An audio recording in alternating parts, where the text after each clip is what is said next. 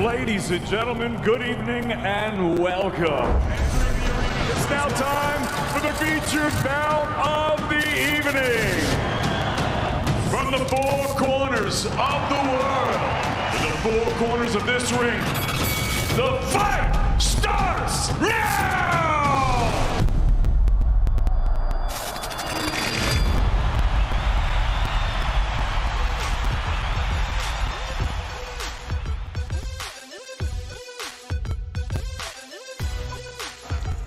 Welcome to the O2 Arena in London. It is fight night in the English capital, a career-defining night for Joshua Buatsi and Craig Richards in a WBA light heavyweight title eliminator live on Dazn. 8 fights on the undercard, 4 of them right here on Before the Bell. Chris Lloyd alongside Darren Barker and Joe Cordina to talk you through the action tonight. Our first fighters are in the ring already and they are ready to rock and roll. So without further ado, let's head over to our Master of Ceremonies, David Diamante.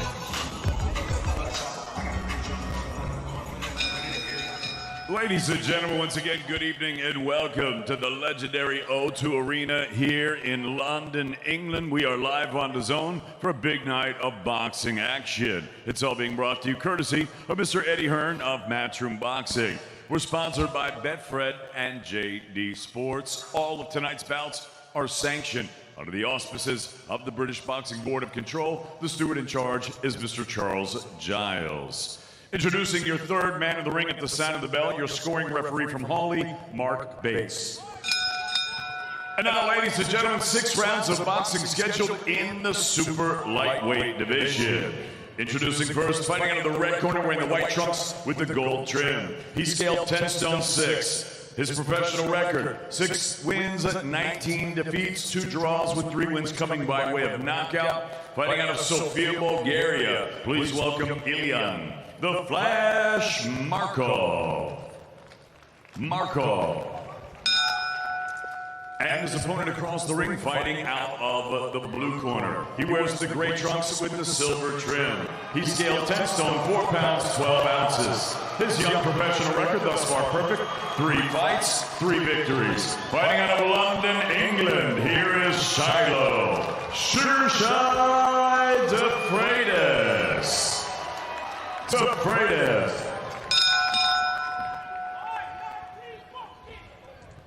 Okay, gentlemen, listen, when I tell you to break, you take a step back immediately. Keep your punches up, obey my command to protect yourselves at all times. Good luck to you both. Touch gloves. So first contest of the evening here in London. 6 rounds in the welterweight division. Second time. And away we go. Sugarshy Defreitas, Jamaican-born Londoner in the dark grey trunks. His opponent, the Flash, Ilya Markov from Bulgaria, the brother of Yoncho Markov, who fought Cyrus Pattinson on his debut around this time last year. Pattinson will be in action in the next hour as well. And Defreitas, Darren, at the press conference on Thursday, said you're going to see a more spiteful version of me tonight. And well, the version we saw last time at Alexandra Palace was pretty impressive, wasn't it? Yeah, it took Torov, a game challenger, but just didn't stand a chance. Really excited again to see Defreitas, who he's impressed me so far.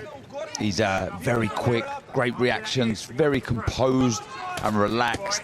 Got every shot in his artillery, mixes the levels really well, goes through the gears.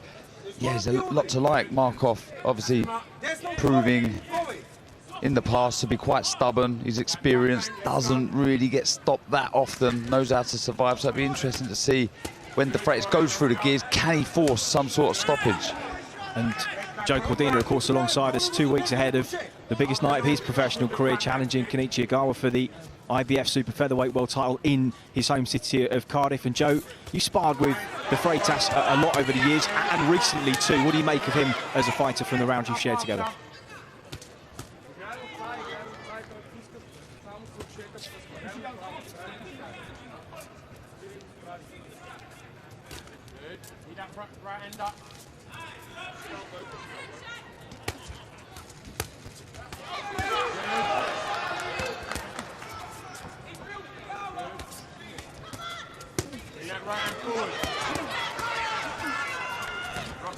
Already starting to sit down on those shots, but Markov, as you mentioned, Darren, stubborn, and he's forcing himself onto the front foot. Lands a nice digging uppercut to the solar plexus. Defreitas just exiting into some space, gets himself back to centre ring.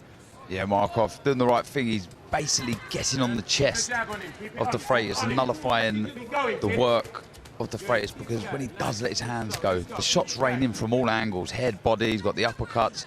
Very, very good variation with speed and power. Markov, a touch smaller than his brother, tends to box anywhere between 140 pounds and light middle.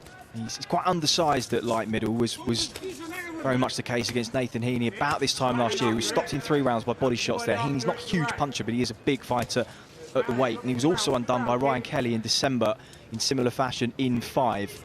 Not to say there's a weakness to the body, but that's where he has been hurt, and that's where maybe if Defreitas and his father trainer, because Lufa, have done their preparation, may look to target as this fight progresses. But good competitive opener. Defreitas letting the hands go as he said he would, and looking in full control through round 1.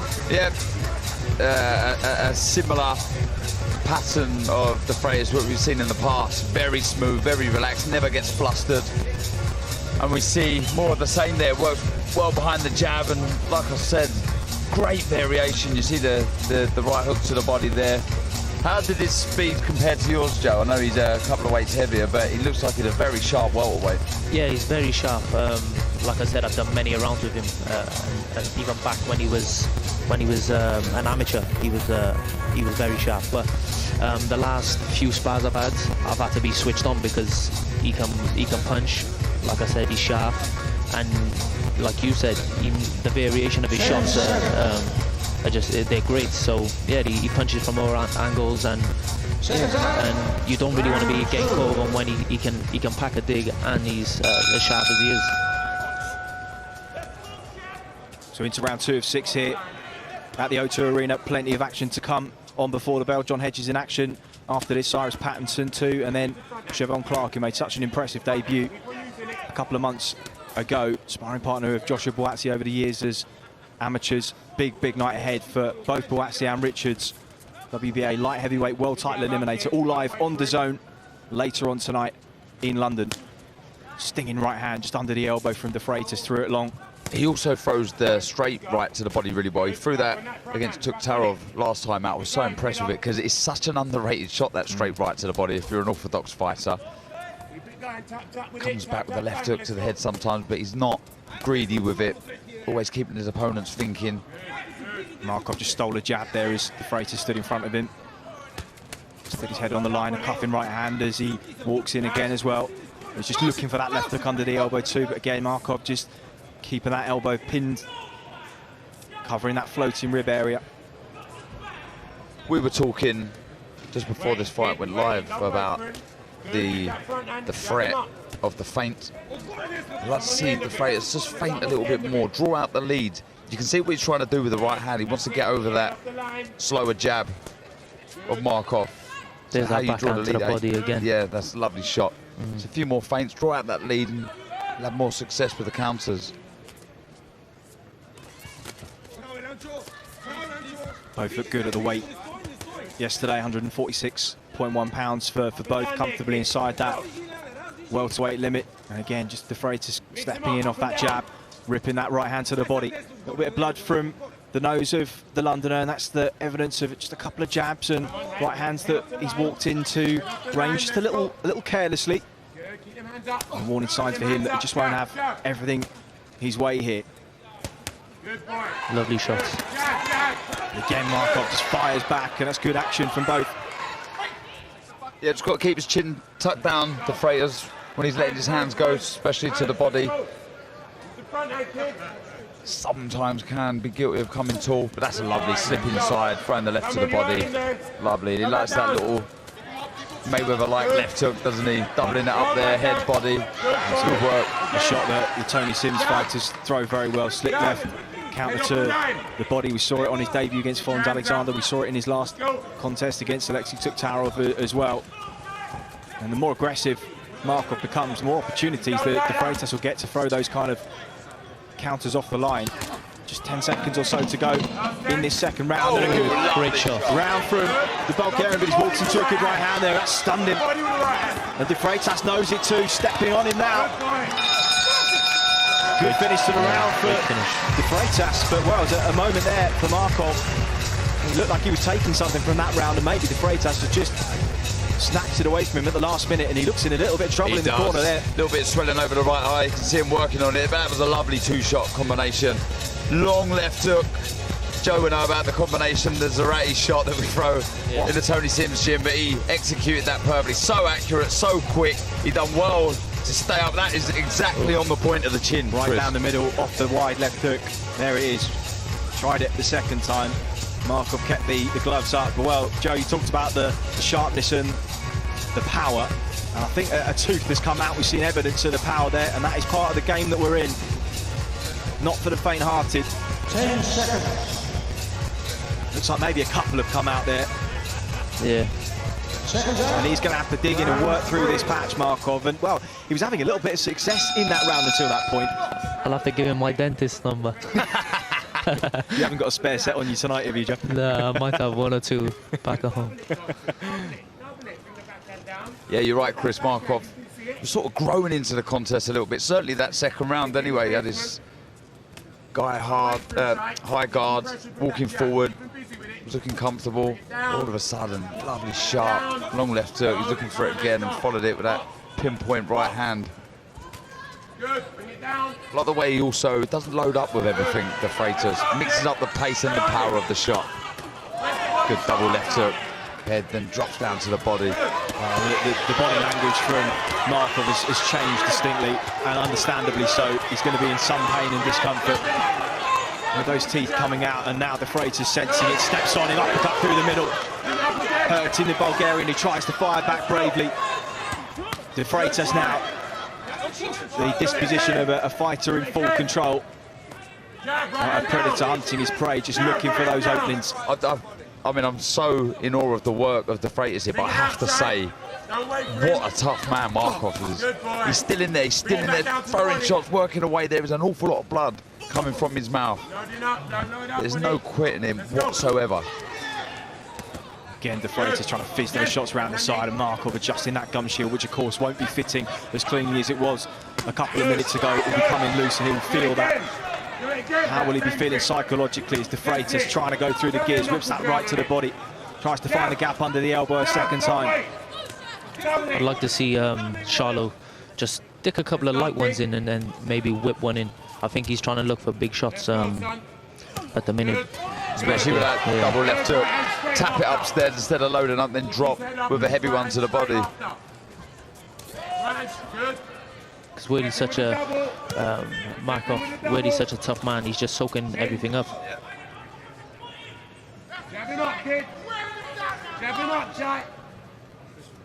Defreitas just slowing the pace down now, just trying to tease the Bulgarian out of his shell. Can he commit and walk him onto the counter? Just jabs and steps around him again. 35 seconds on the clock, and Markov has done well to hang about here, keeping the earmuffs on, tucking the chin down.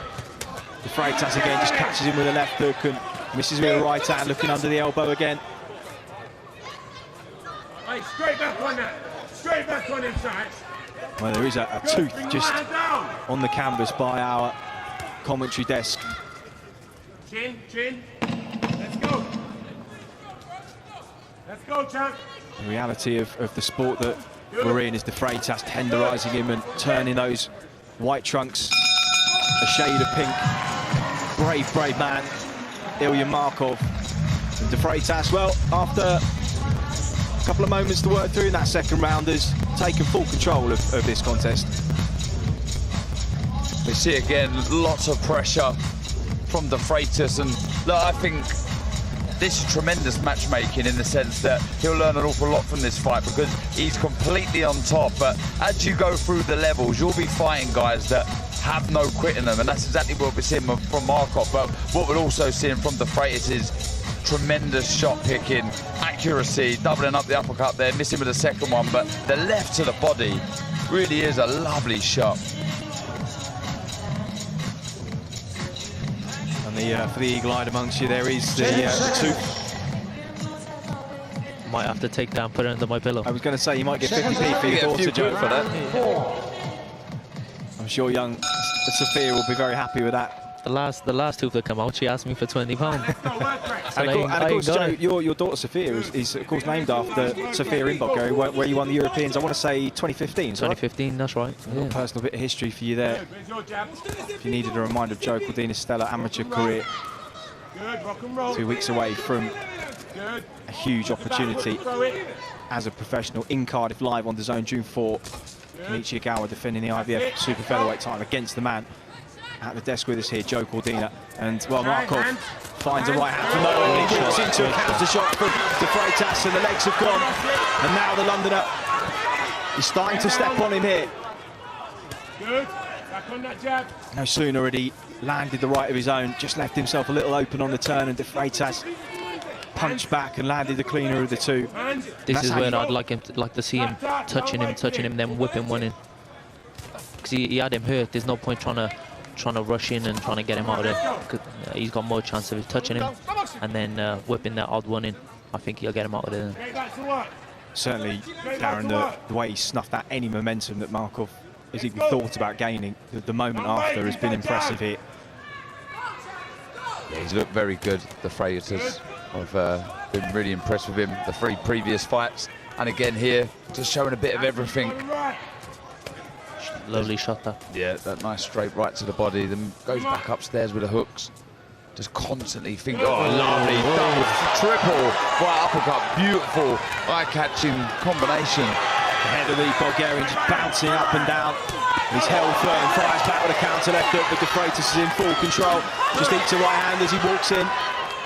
Again, the warning signs are still there for Defreitas. Got to keep defensively responsible, and his face too is showing the marks of battle, and Markov has fired back when he could. But it's the hurtful stuff, the really spiteful work, as he said he would at the press conference on Thursday, that is being delivered by Defreitas. 52 seconds on the clock in the fourth. Just shoves that left hook in under the elbow. The uppercut through the middle too. He's landing it well here, Chris. He really is. If he was to throw the left hook after that right uppercut, I'm sure he'd have some success, but beautiful work. You don't see that often, but back Markov comes with a big overhand right. Well, and every time he does, it just gives the referee one more reason to delay what he will be looking at as maybe a premature stoppage at some point, if he sees the Bulgarian taking undue punishment, and he's getting pretty close to that kind of territory. But every now and again, he just fires back, lands something clean, and just gets Defreitas' attention. And he's earned the right to stay in this contest. 10 seconds on the clock in the fourth. Markov back to centre ring. A step on Defreitas, who's looking for that counter right hand, just sells him and throws the left hook off the back of it, and 4 in the books. Oof, what a fight to kick things off here in London. Another dominant round, I thought. I'm surprised he got any teeth left. I'll be honest. I mean, that is a man who is earning his money, that's for sure. Playing his part in this fight, but it is all one-way traffic. But like you said, Chris, just now and again he'll just throw an overhand right, have a little bit of success, and it stops the referee from jumping in. But genuinely, the man in the blue corner is having it all his own way, and you're seeing that the variation. This is not a combination that many throw, and you see that often. He misses with the fourth right uppercut, but lands 3 beautiful, accurate uppercuts. Just like to see him put the hook on the end of that, but again, just showing supreme confidence to be able to let those sort of shots go. Seconds out, round 5.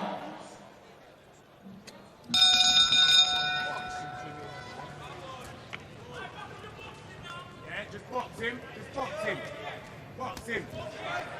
Instructions in the Defreitas corner from his father, just to box him now, presumably tallying what you guys have been saying. Just needs to slow the pace down, try and bring him out of the shell, and set him up for something big to close the show in the next 6 minutes, if he can. I mean, everything in this game is variation, Chris. You can't be predictable. You've got to change things up, and that applies to power, shot selection, everything. You've got to be different. Because even someone like Markov, who does have a losing record, you know how to read your opponent eventually. And what we've seen from Defreitas, has been variation. He's changed levels. Defreitas trying to step in off the feint, just whipping that right hand around the side of the guard, and Markov's hands were high and tight, but he'd be feeling the impact of those because he's just static in front of Defreitas now, but still he wheels himself forward, steps on him, just sells him a nice jab to the body, right hand over the top. That was a good shot from the Bulgarian. Call that one the Duran in your gym, don't you? That is the Duran, Chris. Well done. Top marks. Thanks very much. Done my homework. Hands. Hands off the jab. Just box inside this one. Fair play to Markov, because I think most circuit fighters in this position would just be on the back foot, hands tight. He's still holding centre ring, still making Defreitas work and raise his punch output to keep him off. And he's sitting down on these solid singles and doubles now, Defreitas, but still struggling to push Markov back. Box him.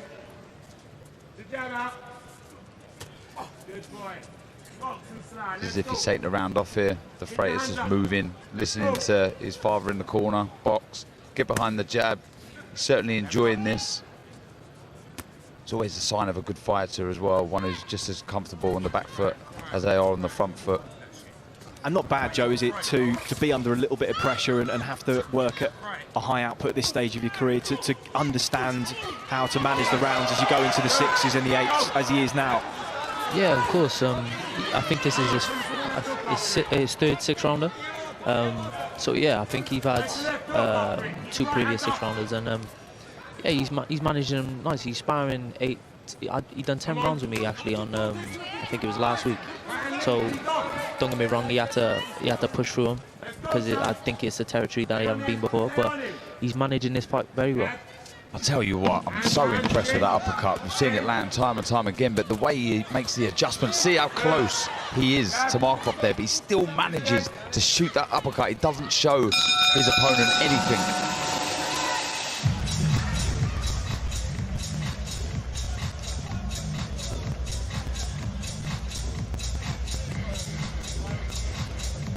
So there is the gentleman, John Hedges, got the first stoppage of his professional career last time out. Which took him to 5-0 as a professional. He's up against Robert Baltaru from Braga in Portugal. 6 rounds in the light heavyweight division up next.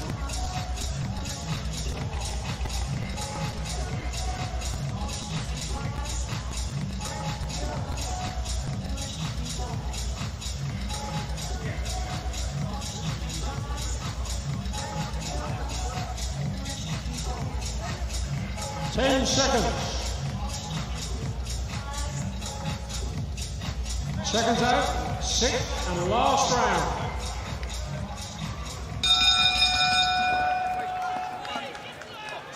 Well, it's been a really good contest this so far as we head into the 6th and final round. Shiloh Defreitas has been in full control, but credit to the man in front of him, Markov, who's dug back and fought hard to stay in this contest and give Defreitas a thing or two to think about at this early stage of his career when the apprenticeship is in full flow. Exactly the kind of fight that his managers and of course his dad would have wanted for him. Yeah, absolutely. Looks like he's going to try and close the show here. Getting back down to work. Could say he had that 5th round off, moving, popping out the jab. But he's really sitting down on the shots here, really biting down on the gun shield and trying to force a stoppage. And as I mentioned, historically it's been body shots that have undone Markov, and Defreitas has landed some decent shots around the left and the right flank, but it hasn't seemed to have hurt him as much as the whipping right shots to the head round the guard. And of course that straight right down the middle that sent his teeth flying. He will have to collect them on his way back to the changing room. Good. Come on, let's go. Stick it on him. His dad now asking for him to go through the gears. Just over 1:30 on the clock in the 6th, and Markov knows the pressure is coming, but he fires back with him. Yeah, he's looking to get the stoppage now, I think. Don't let him outside. Don't let him out. Well, an exercise in spitefulness for the Londoner, in bravery for the Bulgarian. Really interesting contest to kick things off. Just a little slip left hook to the body there. Markov rocked back onto his heels. He's under pressure here and he's firing back when he can. But he knows Defreitas is dangerous and he's really putting some spice behind these shots. Deserved to see the contest out. He does. Really. He's got a minute to go. Though he's under the cosh, he does kind of look like he'll be able to hear that final bell. He's crafty, he knows how to grab hold of Defreitas, showing all of his experience. But like I said before, he's really earned his money. He's lost a couple of teeth. He'll have to cash them in with a tooth fairy to increase his wages, because he absolutely has earned every penny of it. With 30 seconds to go in the sixth, as Defreitas tried to feint his way into range. That's a right great shot. Left hook upstairs, buckles. Elian Markov with just over 20 on the clock. Can he survive here? And now it really is going to be kitchen sink time if he is allowed to continue. 15 seconds to go. Defreitas steps into range, digs in under the elbow, looking for the defining shot to finish things off here in the sixth round. Markov is all over the place, moments from the final bell. Can he survive? He is saved by the bell, and he absolutely deserved to be. Wow, I see the referee was just about to jump in and he heard the clapper for the last 10, and that's why he let the fight continue. And Markov deservingly hears the final bell. But that was incredible, and like I said earlier on in the fight, what he threw so well in his last fight against Tuktarov was that straight right, straight down the middle. Such a hurtful shot. I said it's such an underrated shot. It's a direct punch straight to the target very quickly, and if he hits the solar plexus like he did there, Markov certainly felt that. And I'll tell you what, again, done well getting up, done well to survive. He's actually being sick in the corner. I see what, there is a lot of blood coming out of his mouth there, and well, he's been, I hate to say, swallowing a damn sight more than you see even in a regularly attritional fight. Sometimes you can bite your tongue, you can get cut lips, but the amount of blood that's pouring out of his mouth there, it tells you just what he's had to dig in and go through in these last 6 rounds, and all credit to Ilya Markov here. Yeah, one tough man. One tough man indeed. Well, the decision is going to be arbitrary here. David Diamante, he's almost ready to take us through what will be a formality on the cards. Defreitas is up, Markov now up as well. So without further ado, let's hand you over to David Diamante. Ladies and gentlemen, if we get a nice round of applause out here for both of these fighters, please. The score reads 60-54 for your winner by unanimous. For your winner, he's still undefeated. Sugar Shy, Shiloh Defreitas. So a shutout win for Shiloh Defreitas, and Markov picked himself up in that 6th and final round to see things out. A torrid last 20 seconds, and now he will have to pick his teeth up too and take them back. And well, Defreitas will have nothing but respect after the shots that he's hit this man with, and he kept firing back. He stayed at centre ring, hung with him.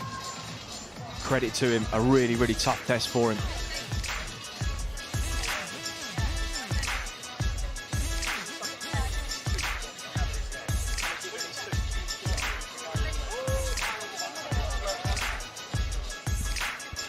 Well, that is what is still to come. John Hedges and Robert Baltaru in action, the light heavyweight next. Then Cyrus Pattinson in against Dimitri Trenel from Danville in Pas-de-Calais, France.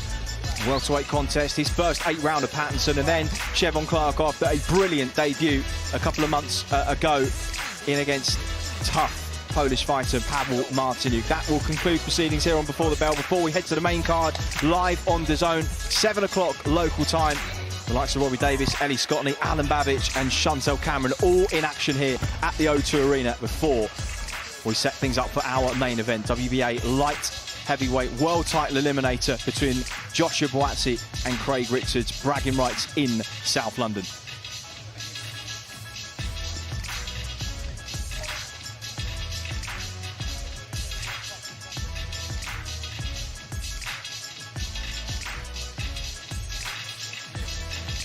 So John Hedges and Robert Baltaru, our 2 next contestants. David Diamante, our Master of Ceremonies, is in the ring, standing by, ready to bring you to the ring. Next contest, 6 rounds light heavyweights, making his way to the stage. Please welcome Robert Baltaru.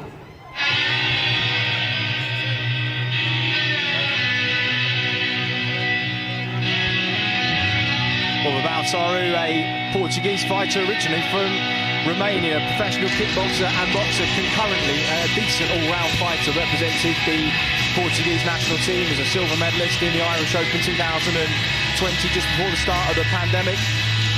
He was well ranked as a professional kickboxer, fought in the 86 and 81 kilo categories, which kind of falls in between the equivalent of light heavyweight and heavy in boxing, and that tallies with his first 3 pro fights. Was last in the ring in February, a win against Santos Medrano, Nicaraguan fighter who has boxed a number of times in the UK. What can he offer by way of resistance to take this John Hedges here in London tonight? Set to make his ring walk, here is the gentleman, John J. Hedges. Now, still such a young man, John Hedges, 20 years of age, a 6'5" super middleweight. As he started out the early stages of his career, he's crept up the weights, coming in between 178 and 182 pounds. He was 183 on the weigh-in yesterday, and Darren, we spoke to him at the open workout on Thursday. He's got a lot of growing, a lot of filling out to do before he really kind of hits his peak years, and we could end up seeing him at cruiserweight eventually. Yeah, without that, he said that, didn't he, at the media workout? Said, you know, he's only a 20-year-old lad, still plenty maturing to come. But as far as development and progression is concerned, he showed heaps of it. He's sitting down on his shots more, but keeping that good foundations and that good fundamental basics that served him so well in the amateurs. Good jab, he throws a lovely spiteful rear uppercut. A good talent, got to be patient, but doing all the right things. Ladies and gentlemen, from the O2 Arena here in London, England, live on Dazn, we are set to go with our next contest, and it's all being brought to you courtesy of Mr. Eddie Hearn of Matchroom Boxing. We're sponsored by Betfred and JD Sports. Introducing your third man in the ring at the sound of the bell, scoring referee from South Oxford, Lee Every. And now, ladies and gentlemen, 6 rounds of boxing scheduled in the light heavyweight division. Introducing first, fighting out of the red corner, wearing the red trunks with the white trim. He scaled 12 stone, 13 pounds, 3 ounces. He is undefeated in his campaign as a professional with a record of 2 wins, no defeats, and 1 draw. Fighting out of Braga, Portugal, please welcome Robert Baltaru. And his opponent across the ring, fighting out of the blue corner. He wears the blue trunks with the black and gold trim. He scaled 13 stone, 10 pounds, 11 ounces. His young professional record thus far perfect. 5 fights, 5 victories, one of them coming by way of knockout. Fighting out of Takeley, here is the gentleman, John J. Hedges.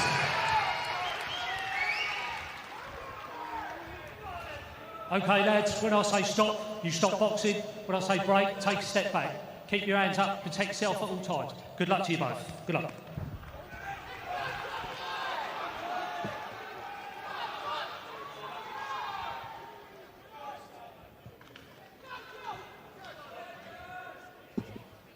Second time.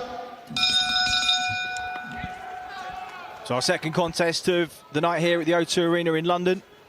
Welcome to you if you're just joining us. Chris Lloyd alongside Darren Barker and Joe Cordina at the commentary desk. Second of 4 contests on before the bell. Before we go live on DAZN, 7 o'clock. Big John Hedges in the blue trunks at Southpaw, just picking a straight shot down the middle. Robert Baltaru, his opponent from Braga in Portugal, in the red.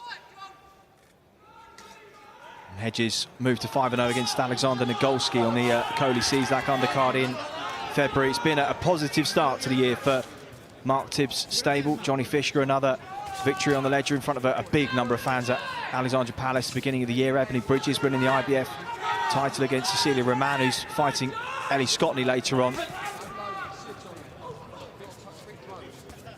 John Hedges is learning how to fight like a big man, Darren. He is. And I think he'll have success against Baltaru, who is letting his hands go. He's certainly here to win. And that's when you find your openings, you know, Joe, when your fighters let your hands go, it's a lot more easier to, like I say, find the openings when you're fighting journeymen who are looking to survive. You see there John coming over with that sort of long right southpaw jab. Very accurate with the shot, rarely misses. Very, very talented fighter, John Hedges. Very patient. Picks his shots lovely, moves well, and the size of him as well. Solid left hand down the middle.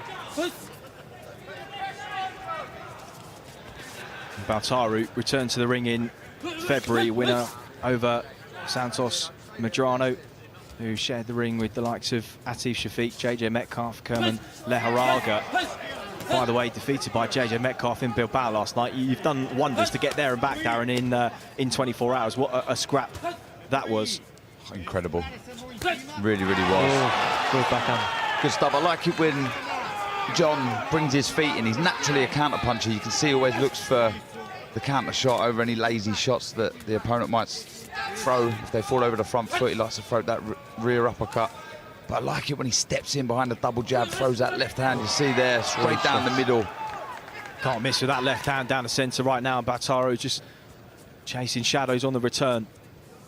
Yeah, going back to the Metcalf, Leharaga really was a good scrap, but it was a disciplined performance from Metcalf, exactly what was needed to be, you could say, the bigger, stronger, more physical guy. John goes to work, he takes one from Baltaru there, and just backs into the ropes. Fired back well, the Portuguese fighter. As you mentioned, JJ Metcalf, is he back in the mix now? Could we see a contest against somebody like Troy Williamson, maybe Kevin Ajiako, looking for a big homecoming fight himself? Plans to come down to 154. It's all happening, and for JJ Metcalf, a career resurgence for him. And here's some of the action from round number one. That was couldn't miss with that left hand. No, he couldn't. Chris, that's what I like when he steps forward behind the 1-2. It was very spiteful. Baltaru took the sting out of the shot, sort of swaying backwards. But sitting down on his shots more, enjoying it a bit more, looking certainly more spiteful. He's always listening. Look at that intent as Mark Tibbs has given him instructions. It's quite easy. I've seen a lot of young lads when they're in the corners. They're all over the place, you know, they're all taking in the atmosphere, etc. But when you get that 1 minute at the end of the round, it's so important that you listen to your coach, because they give you a different set of eyes, an experienced set of eyes that can really hold you in good stead.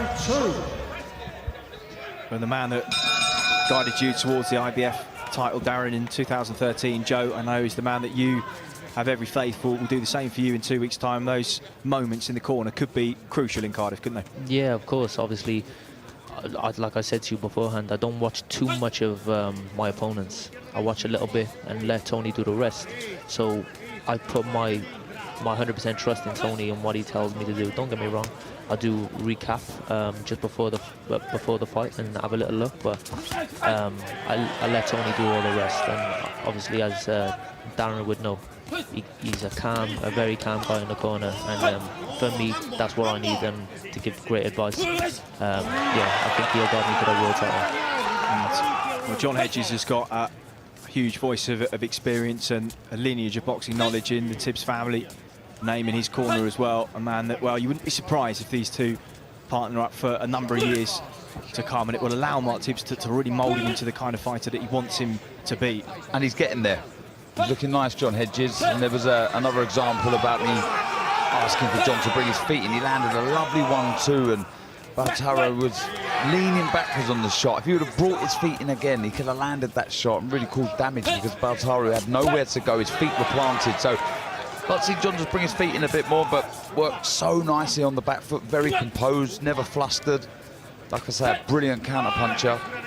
Worked so well behind the jab, good variation, as you see there, mixing 2 hooks to the body. Do you think people can sometimes underestimate the toughness of fighters who've come from a K1 or kickboxing background? I'll never forget the the tick-over fight that was booked for Craig Richards, our main eventer tonight at York Hall, an 8-rounder against Chad Sugden, who I've watched multiple times in K1. Super tough man, dragged him into a bit of a war, and Baltaru won't fancy himself to win the technical boxing match here, but if he can make Hedges commit more than he wants to, make him throw more than he wants to, try and absorb and take the early sting out of his shots and come on strong in the second half of this contest, that's where he will believe his best chances. But he's been pinned at long range at full extension through these first 2 rounds. Yeah, you're Baltaru, you're in the corner. You've got to tell your man to get close. You can't be at range against John Hedges. There's only one winner there. And I'm not saying that he's going to win the contest if he gets up close, but you nullify those advantages that Hedges has. Get close, get on the chest and try and work away. At this range, there's only one winner. Yeah, he's just getting pinged with a jab, standing back and forth, backing off him. Taking these shots so well so far, though.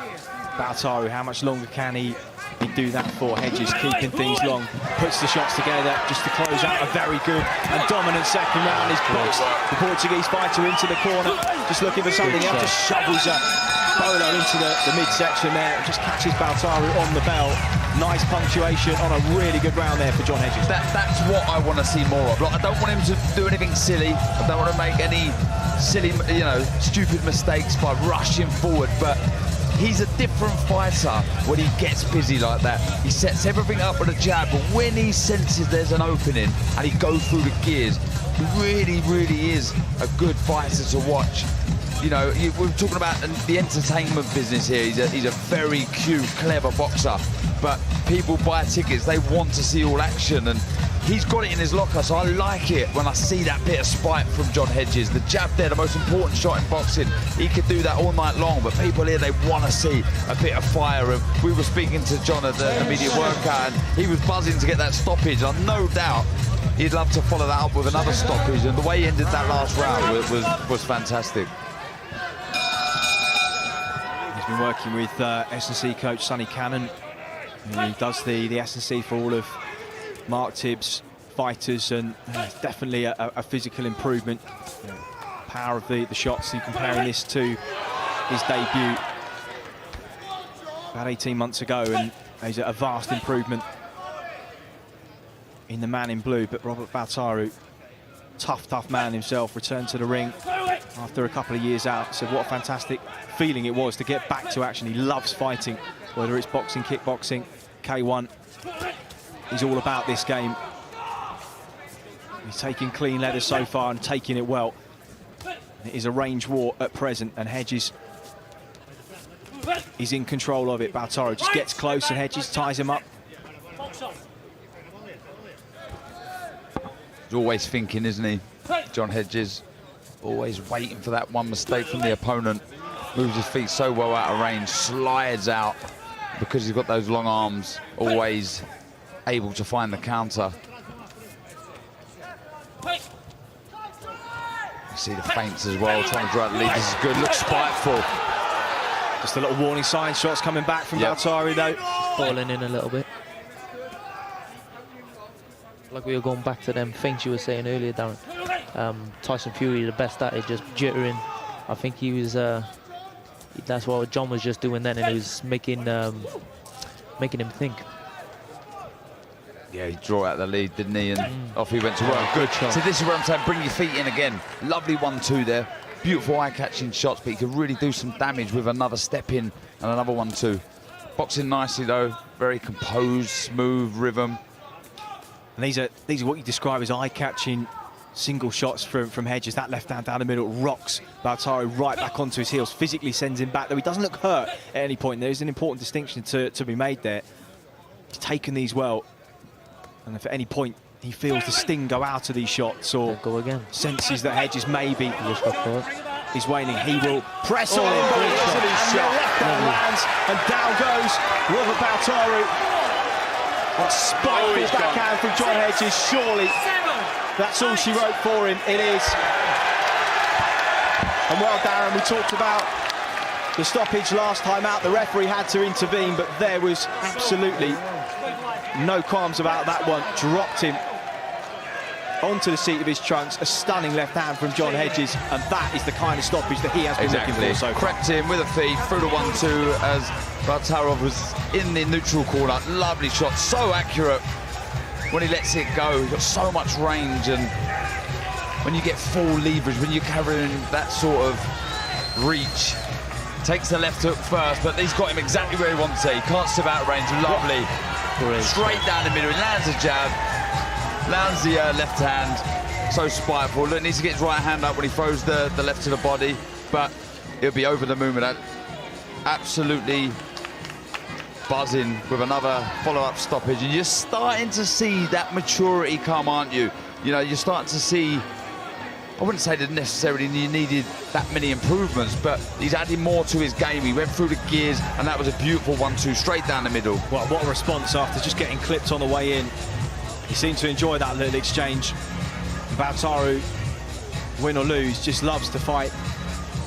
And, well, just hit a brief moment where he maybe thought he'd caught him with something significant. Hedges snuffed out any sense of hope with a big left hand down the middle. Mark Tibbs will be very, very pleased. And of course, the legend that is Jimmy Tibbs on the left twos, taken some of the best of British over the years. Have they got another young star on their hands? A career best performance from John Hedges so far. Let's head over to David Diamante. Ladies and gentlemen, referee Lee Every calls a halt to this contest. The official time of the stoppage, 2 minutes and 24 seconds of round number 3. Your winner by knockout, he's still undefeated, the gentleman, John J. Hedges.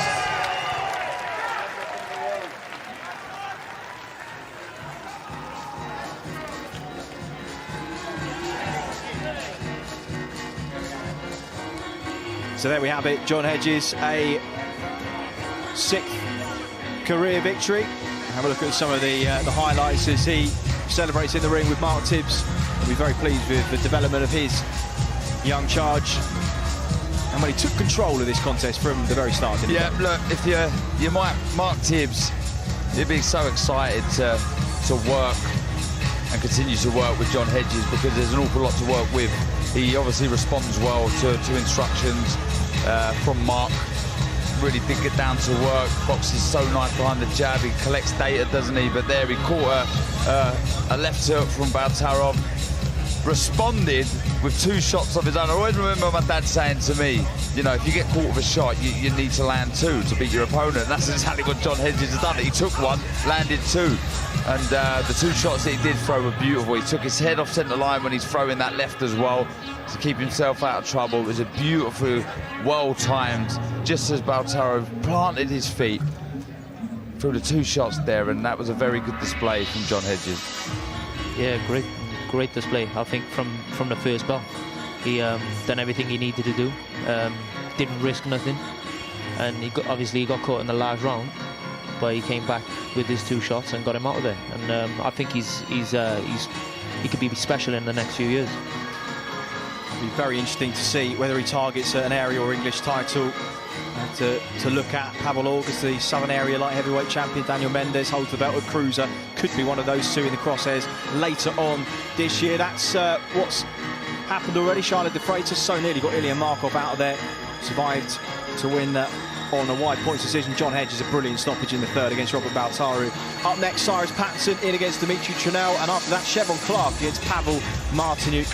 Will conclude things on before the bell to take us through to 7 o'clock, where the main fight card will be kicked off. Robbie Davis Jr., big opportunity to plot a route towards the WBA title against Javier Molina. Ellie Stopney in against former world champion Cecilia Roman. Alan Babic in against Adam Bulski. Chantel Cameron defending her WBC and IBF World Super Lightweight titles against former world champion Victoria Bustos. All tees us up for the big one here in London. World Light Heavyweight title eliminator between 2 of South London's finest, Joshua Buatsi and Craig Richards. Bragging rights in the city for the winner tonight, and more importantly, a direct route to a world title shot against Dimitri Bivol. And for the 2016 Olympic bronze medalist, a man who's caused so many waves over the last 5 or 6 years, the hype and expectation all leads to tonight for Joshua Buatsi.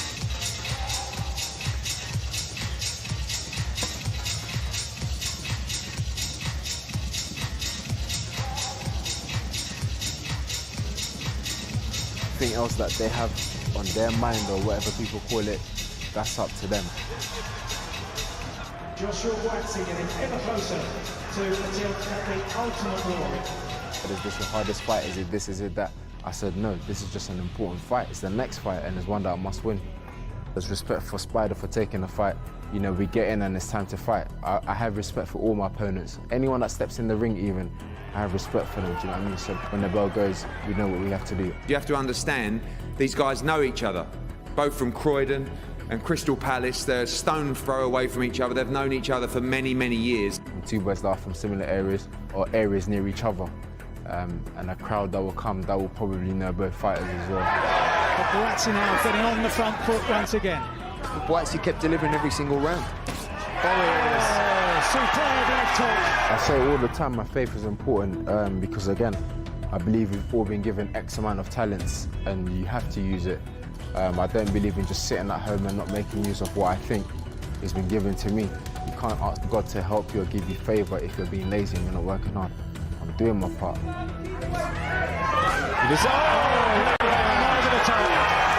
The shot that's brought him so much success in the contest so far, and it's proved to be the finisher. It's a price to pay. There's a price to pay. I've been doing it for weeks and weeks now, so May 21st couldn't come any sooner for me. As long as my hands is raised at the end, then we're good. Well, he was one of the stars at the Rio 2016 Olympic Games and a man who very nearly joined him on the plane. Cyrus Pattinson from Berkeley Boxing Club is up next to bring him and Dimitri Trenel to the ring. Let's head over to David.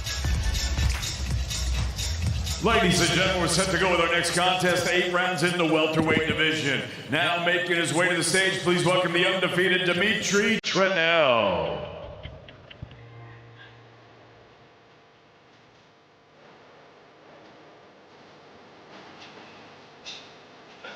Dimitri Trenel from Dazn in northern France, near the Belgian border, not far to travel at all, just about 150 miles as the crow flies from London. His first time boxing in the UK, he's 8-0 with 4 knockouts. Well-travelled, boxed professionally in Hungary, France, the Netherlands, Germany. And all of his knockouts have come on away soil too. Had a tough scrap last time out with Vladislav Mita. That was at 160 pounds. He outworked Mita to get the win. He said he felt some fatigue going into that fight. Also felt a little undersized there. He's much more naturally somewhere in between this and welter, as is Cyrus Pattinson.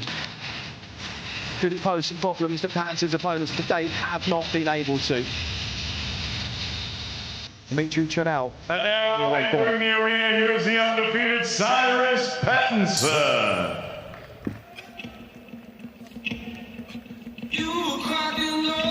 Well, there really aren't many unluckier fighters around than Cyrus Pattinson. Remarkable the freak obstacles that have been put in his way over the years, all part and parcel of boxing, of course, injuries, crucial decisions, but to have had 2 fights fallen through after the weigh-in, most fighters won't experience that in their whole careers. He's had 2 in his first 3 fights. By rights, he should be looking to go 6-0 tonight. He's currently 3-0, and, well, what a gentleman he is, what a positive man he is, Darren, but what an incredibly frustrating 6 months Cyrus Pattinson has had. Hugely, because he loves this game. He just wants to be busy, he just wants to be active, he just wants to show people how good he is.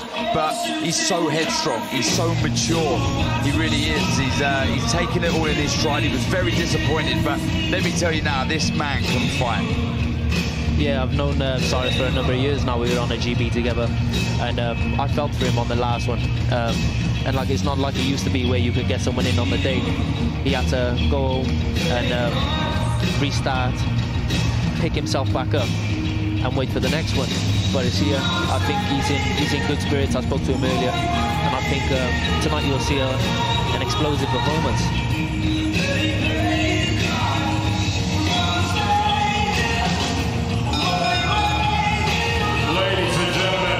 Historic O2 Arena here in London, England. We are set to go with our next contest. It's a special welterweight attraction, and it's all being brought to you courtesy of Mr. Eddie Hearn of Matchroom Boxing. We're sponsored by Betfred and JD Sports. Introducing your third man at the sound of the bell. He'll be scoring, and the referee from Hawley, referee Mark Bates. And now, ladies and gentlemen, 8 rounds of boxing scheduled in the welterweight division. Introducing first, Fighting out of the red corner, wearing the red trunks with the black trim. He scaled 10 stone, 8 pounds, 15 ounces. His professional record thus far perfect, 8 fights, 8 victories, 4 of them coming by way of knockout. He fights out of Danville, Pas-de-Calais, France. Please welcome Dimitri Trenel. And his opponent across the ring fighting out of the blue corner. He wears the white trunks with the black and gold trim. He's a southpaw and he scaled 10 stone, 10 pounds. His young professional record also perfect, 3 fights, 3 victories, 1 of them coming by way of knockout. He's a former Team GB amateur standout, originally from Attic and now living, fighting and training out of Newcastle, England. Please welcome Cyrus Pattinson.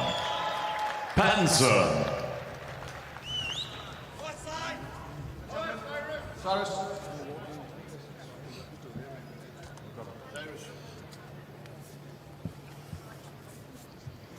Okay, gentlemen, listen, when I tell you to break, you take a step back immediately. Keep your punches up, obey my commands, and protect yourselves at all times. Good luck to you both. Touch up.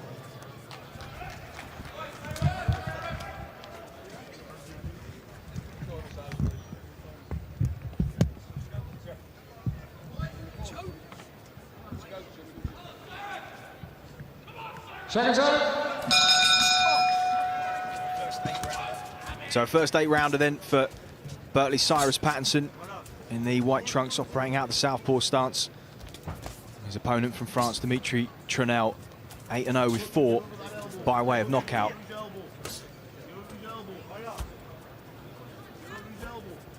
I think general consensus is that Bertley has been the premier boxing club, produced the best talent at top level in the amateurs consistently too. The McCormack brothers as well. Anna Robinson, Mark Dickinson as well, who's a fledgling pro, looking very good too. Cyrus Pattinson was, as you mentioned, Joe, a prominent figure on GB at a very, very competitive weight, so nearly snatched Josh Kelly's Olympic place away from him. Was a split decision defeat to world number 3 at the Olympic qualifiers in Samsung in 2016, which, Joe, I know you secured your place there too. He fought so well there, Pattinson, and was so near but so far from his Olympic dreams, and has had to be patient since then. And of course the moment where he felt he was going to turn over early in 2020, well, those ambitions, we know what snuffed them out, and been a long patient wait for a high quality fighter. And well, as I mentioned on the ring walk, the bad luck he's had with those 2 fights falling through in his first 3, he just is so keen to get going here and show what he's made of. Yeah, he was very unlucky, I think, not to qualify. He had a close fight in Samsun in Turkey, and yeah, it was a bit frustrating for him. But he's here now. He's turned over, and he's on a good roll. And I think tonight, he's had a lot of frustration in the last couple of months, and tonight I think after the first round, I think he'll start going for the gears and pressing on and he'll get a good win. Darren, he'll want to assess the danger here with the number of knockouts on Trenel's record. That can mean something or nothing given the level of opposition that he's faced, but he'll just want to be cautious defensively on the return early, won't he? Yeah, no doubt. I mean, this is a good fight on paper. Trenel, 8 wins, 4 KOs, no defeats. But let me tell you now, he would have been in with nobody as good as Cyrus Pattinson, who's very good. I mean, there's so much to like already. You know, I drive you mad, Chris, with fighters fainting. You can see already now he's collecting data with the feint, with the jab. He's always thinking, he's moving, he's comfortable on the front foot, the back foot, the variations there, the speed of shots there. He really is a special talent, a talent that just wants to be busy. He's had some very bad luck. He's due some good luck now, so hopefully we can see him busy and taking care of business here. So raking left hand to the body, just drew a smile from the Frenchman Trenel, who's just been on the end of it in this first round, beaten to the punch and outboxed. For those first 3 minutes, Graham Rutherford will be happy with what he's seen from his man. He's a real taskmaster, Rutherford. And when he reads the right act in the corner, you really know about it, but there wouldn't be much to complain about in those first 3 minutes. No, it was a good opening round from Cyrus. And it was a good debut for this man, Chev Clarke, part of the Tokyo 2021 squad, as it was when out there, and has turned over. Joe, again, somebody you know well, brilliant character and, well, explosive and boxing freely on his debut. Yeah, I watched his debut. I was actually commentating on his debut, so yeah, it was great to see him get a good win. And I think he's going to be one for the future. I don't think cruiserweight is his weight, or heavyweight. I think he can drop down to potentially light heavy and do some big things there. Yeah, he looked fresh and healthy at 199 pounds, 175. It's a long way down. I just wonder, carrying all that muscle, will he agree with you? But either way, he's going to be a force. ABA champion at well, heavyweight in the amateurs, as it was. Sorry, my mistake. I said heavyweight. Cruiserweight, I think, is his weight. Yeah, absolutely. I think a career cruiserweight, maybe sneaking up to bridgerweight in the next 3 or 4 years if the opportunity presents itself. Yeah, and of course, Alan Babbage is boxing in the bridgerweight division later on against Adam Bulski. The inaugural title with the WBC, of course, won by Oscar Rivas, I think in October or November last year. This is an eliminator of sorts later on tonight, live on DAZN. Guaranteed fireworks with Alan Babbage and, of course, with Chev Clarke, who's up next. But at the moment, Cyrus Pattinson already starting to really put his shots together and test the resolve of Dimitri Trenel. Trenel comes straight out, start this second round, tried to push Cyrus Pattinson back, and that lasted all of about 15 seconds. Pattinson landed some good body shots that didn't seem to be too low. Trenel wasn't happy with them. He's been forced back on the back foot, but he's trying to creep forward now. He's more of a, you see those the 4 knockouts in his record. That was a good lead right hook. Yeah, just uses it to spin off, get himself back to centre ring, just shovels the left hand in off the right hook upstairs, and Trenel, we have to be honest, just looking a little bit out of his depth here. We see every time Cyrus feints, Trenel's trying to parry the jab with the left hand, and that's why he's open to the right hook. So the feint is working a treat here for Cyrus Pattinson, looking really, really good, working the body well. Trying to punch the fight out of Trenel right now, who's backed onto the ropes, shipping some punishment, but gamely firing back. Oh, great shot. He's sinking them body shots in lovely. Oh, we're seeing a bit of frustration coming out of Cyrus Pattinson. You can understand why.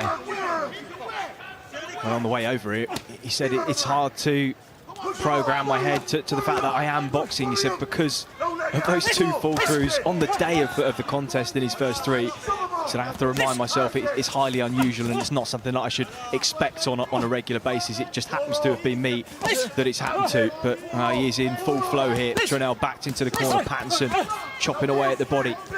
Just a little guard pull down with the lead hand, whips the left behind it. Some beautiful boxing by Cyrus. He's had some good experience over the years. He was brought down to spar with Jorge Linares when he was making his preparations for Luke Campbell some years ago now. Pattinson was in the early stages of his WSB experience over 5 rounds. He has been this kind of distance before, and work rate, high work rate, is a hallmark of what he brings, Darren, and he's under no illusions and no doubt that it will get tougher as the 12 come, but he believes he can sustain this kind of work rate for 8. Well, no doubt, and I think that would bring the best out of him, Chris. I think the better the opponent, the better we'll see of Cyrus, but that was another very good round. Trenel completely under the cosh there, was forced back into the neutral corner, then his red corner, shipping punishment, head, body, shots raining in from all over the place, and yeah, showing us why he was such a successful amateur, Cyrus. This is how he fought in the amateurs, yeah, he really, he stood and traded, let the hands go. He didn't wait long. And he's used Trenel as a bit of a punch bag in that round. Yeah, Trenel, game, he was trying his best to throw a big shot now and again, trying to hold on, but Cyrus is too clever, too cute, taking a little step out of range and firing back. Yeah, I think he got to him that round. I think if he has another round like that, potentially he can get him out of there. Seconds out. Round 3.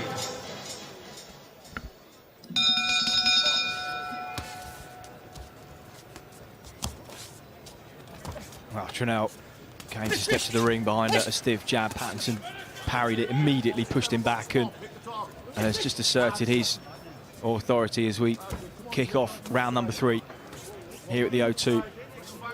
Yeah, I think you're right, Joe. If we see another round like we did in that previous round, in this round, it's going to be very hard for Trenel to get to the final bell, to hit a final bell. Looking very, very spiteful. Really putting meat into all the shots. Just changing the levels too, really nicely. Just shoving in that left hand into the body, giving him the eyes, and then changing the levels, firing upstairs as he does there, rocks the head of the Frenchman back. And Trenel tries to fire back.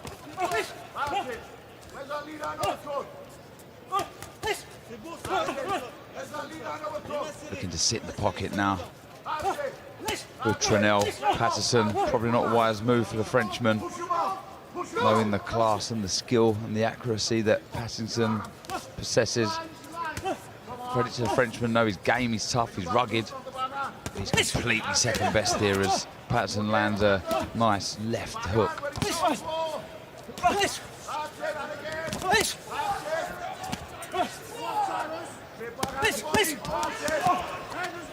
Both made the agreed £150 limit. I think Pattinson was just under 149 in his last scheduled contest, which of course didn't take place. He is planning to campaign for titles at 147. Echo Essuman, of course, the British champion at present. David Avanesian, the European champion, still will vacate that belt at some point if world level opportunities present themselves. That's the route that Pattinson wants to tread himself, and he is really working over the Frenchman here. He takes a knee off a stiff hook to the body with a minute to go in the third.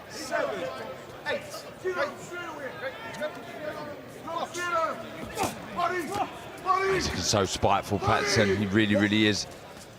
Looking levels above Trenel here. Oh, short left to the body, followed by a right. Looking very dangerous. Referee having a gun shields out. Oh, and the towel comes in. He's chipping away at him, and before Trenel had the opportunity to respond to the referee, the Frenchman's corner threw in the towel. I think a sensible decision for their man, who was just outgunned, overmatched and outworked by Cyrus Pattinson, who I think has taken out a fair bit of the last few months of frustration on his opponent there, but he's a respectful guy, as you can see, and there will be plenty of that between them. And well, Cyrus Pattinson up and running again. He moves to 4-0 with his second stoppage as a professional. Well, he's a gentleman, but he's a dangerous gentleman in the ring. He really is. He's a superb talent. Trenel coming to this contest unbeaten, 8 fights, 8 wins, 4 knockouts, but that was spiteful, that was aggressive, that was, like you say, emptying the tank, emptying that frustration. Here we're going to get up and running now. We want to get some bouts under his belt this year and really make a statement. And Joe, you know what it's like having time out with injuries and delays. How satisfying would that have felt for Cyrus? Oh, that would have made his day. To get to put on a performance like that, for me, that was punch perfect. He stepped it up when he needed to step it up, and he boxed throughout the first 2 rounds, and then the third round he put it on him and got him out of there.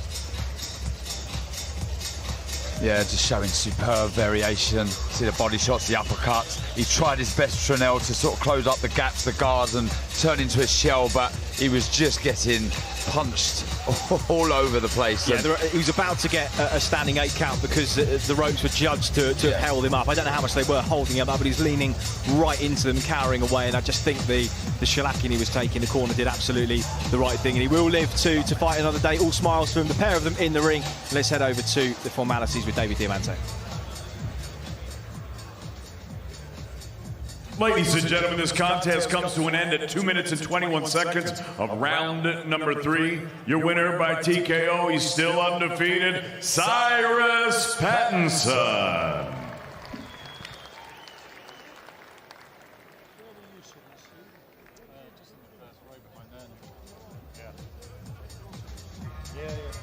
So Cyrus Pattinson rolls on to 4-0 with the second stoppage of his career. And he looked happy to be back. Third fight in the books already, on before the bell. We're racing through them here at the O2. Lots and lots to come later on tonight. Cyrus Pattinson's Olympic amateur stablemate on the GB podium squad, Clarke, looking to go 2-0 up next at cruiserweight. He's in against the tough Polish fighter Pavel Martyniuk. And those are the results so far. Charlotte Defreitas, great win for him. John Hedges with a brilliant stoppage of Robert Baltaru. Pattinson there, likewise against Dimitri Trenel. Can Chef Clarke complete the set for the home fighters? Robbie Davies Jr. will open proceedings on Dazn, 7 o'clock local time here in London. Big opportunity for him against well-travelled, well-seasoned Javier Molina. And with that WBA title at 140 being stripped from Josh Taylor earlier this week, a legitimate path could be plotted towards some kind of eliminator for the winner. Ellie Scotney in against former bantamweight world champion Cecilia Roman. Second up on the bill, in at the deep end again, Scotney. And then Alan Babic looking to take his step towards the inaugural Bridgerweight title currently held by Oscar Ribas. He's in against tough Adam Volsky later on tonight. And then Chantel Cameron defending her WBC and IBF World Super Lightweight titles against Victoria Bustos, ahead of what she hopes will be an undisputed clash with Kaylee Reese later on this year. Can Victoria Bustos spoil the party before we get to the main event, and who will take bragging rights in South London? Joshua Buatsi, so much promise after a brilliant Olympic campaign in Rio 6 years or so ago now. His progress has been halted by injuries, opponent fall-throughs, and of course the pandemic. He has a big opportunity to silence doubters and to prove the hype is real. Craig Richards has a huge opportunity to build off what was a stock-rising defeat to Dimitri Bivol a few months ago and upset his fellow Londoner later on tonight on Dazn. WBA World Light Heavyweight title eliminator. We just heard from Joshua Buatsi. Let's hear from the other half of tonight's main event, Craig Richards. She's the breakthrough, the spider Richards needed. I describe myself as being very ambitious. I think I've got a strong drive, like the fights, like big fights, like to prove myself, and I believe that when people tell me they believe someone in my division's better than me or that's the guy, I like to prove I'm better than them. Game tough, rugged. I think what separates me is exactly that mentality of challenging myself constantly throughout my professional career. Being in big fights, being the underdog multiple times. When it comes to my boxing, out of everyone the light heavyweight, I've probably had it the hardest in terms of CVs and wins. Richard, this is spiteful. This is the kind of performance that he wants. Because of his amateur pedigree, because what he'd won in the amateurs, of winning a bronze medal in the Olympics, he's been tipped as the guy to do the big things. And I think we're now at the stage in our career, like, who is the best light heavyweight? Is it the guy who's proved himself as a pro, or is the guy who's based on potential, based off what we've seen as an amateur? That's what we want to see from Craig Richards. When he does it, he looks good, he looks spiteful. I believe that we both deserve credit for taking this fight. I didn't think he was personally interested in it. I think he'd want to meet me for the world title too. This is the sort of fight, it'll be a big fight, big domestic clash, headliner, etc. And when he put it like that, I thought, this is the sort of fights, as we were just saying, that would be down in history. I would like to be involved in. Two brilliant domestic fighters, but two world-class fighters as well. So you know what? We don't have to wait for that world title. We can do it now. Off the back of the uppercut too, right hand round the side of the guard. Matia in trouble, left hook lands. One, he doesn't want to lose his unbeaten record. Two, he doesn't want to lose to a Brit. And three, he doesn't want to lose what's before the world title level as well. So he's going to be trying his very best to be bringing his A game. Like all of them, they do fight a hard fight, but the result will be inevitable. Well, what a main event it is coming up later tonight on Dazn.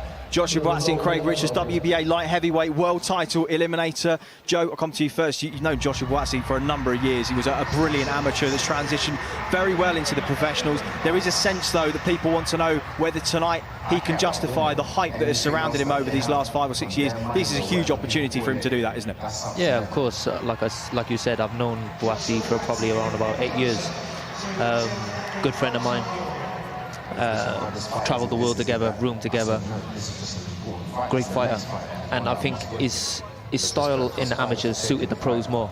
He used to get onto the top of people after 2 rounds and probably either stop him or give him a beating by the 3rd. But obviously he's transitioned to the pros and he's adapted very, very well. But the Spider's done the same. He's had a little bit different to Buatsi. He's had to start it from the bottom, small horse shows, and build it up. And on paper, he's boxed the better of fighters, i.e. Bivol. Now, if Spider would have started a little bit earlier, I think maybe 2 or 3 rounds. On paper, he won that fight. So yeah, I think this is a fight that potentially could be a contender for Fight of the Year. And I think both styles will gel after a cagey couple of rounds. I think they'll gel and they'll get stuck into it. But both of my friends, both are like family to me. Spider I train with, and he's a good friend of mine, and same as Buatsi. All right, Darren, he's eating into your answer time as well, so we'll come back to you later on. I know you'll want to weigh on this. That's all to come tonight, and of course there is plenty of action to come over the next few weeks, right here on The Zone. Let's get ready to rumble! Now, entering the arena, Ogawa. Ooh, big right hand. Ogawa's mean.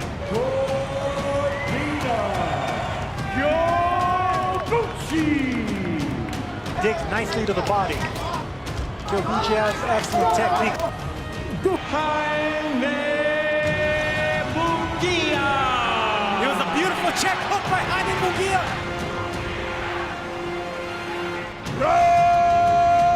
Rodriguez!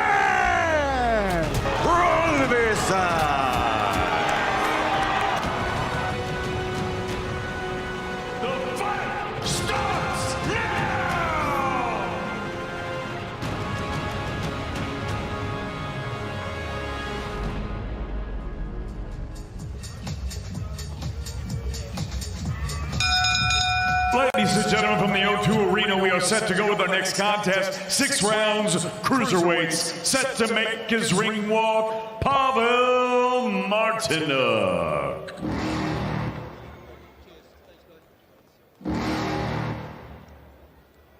You're never gonna make it. Well, we've seen some good action so far here on Before the Bell. This is our concluding contest before we go live on The Zone around the world.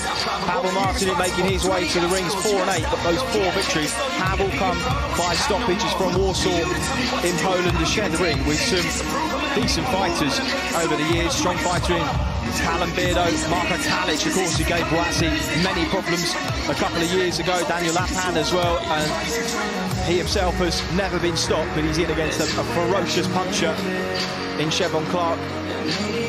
What kind of problems can he pose him over the next 6 rounds? And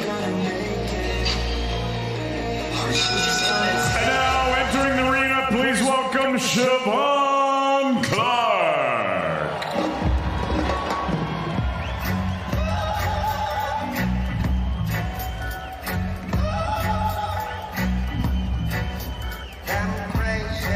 Well, we just talked about Joshua Buatsi in this pre-fight segment and the task that lays ahead of him. And this is a man who knows him very, very well. They're good friends outside of the ring, sparring partners of hundreds of rounds in the amateurs and as professionals as well. Buatsi knows what a handful this man is, and despite his slightly smaller, compact stature at cruiserweight, he is fresh, he's full, he's bullishly strong, Darren, and well, if we see anything like what we saw in his debut, he's going to be a real handful in this but he's an all-action, heavy-handed fighter, and I get the impression he's in a rush. If you know, we spoke to him at the media workout. If he was to get offered a 10-round title fight now, he'd take it. He's motivated, he's ambitious, and boy, can he fight.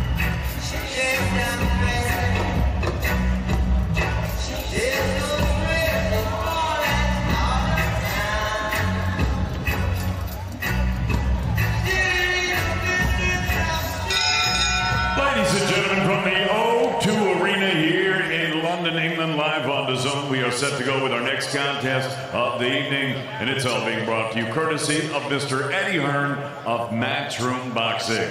We're sponsored by Betfred and JD Sports. Introducing your 3rd man in the ring at the sound of the bell, scoring referee from South Boxy, referee Lee Every. And now, ladies and gentlemen, 6 rounds of boxing scheduled in the cruiserweight division. Introducing first, fighting into the red corner, wearing the white trunks with the black lettering. He scaled 14 stone even. His professional record, 4 wins against 8 defeats. All 4 of his wins coming by way of knockout. He fights out of Warsaw, Poland. Ladies and gentlemen, please welcome Pavel Martyniuk. And his opponent across the ring, fighting out of the blue corner. He wears the black trunks with the gold trim. He scaled 14 stone, 3 pounds, 1 ounce. His young professional record thus far perfect, 1 fight, 1 victory, and that victory came by way of knockout. He fights out of Gravesend, Kent. Please welcome Siobhan Clarke. Boxers, please. Okay, lads, when I say stop, you stop boxing. When I say break, take a step back. Keep your hands up, protect yourself at all times. Good luck to you both. Good luck.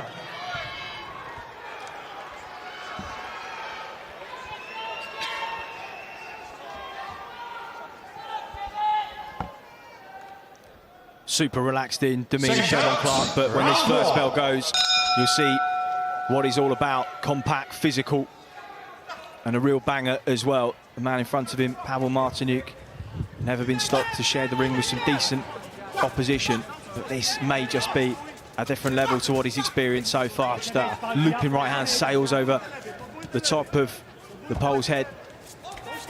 Yeah, and he throws that right hand so well, doesn't he, Chris? He takes his head off centre line, really leans into the shot. Usually throws it after a nice jab to the body.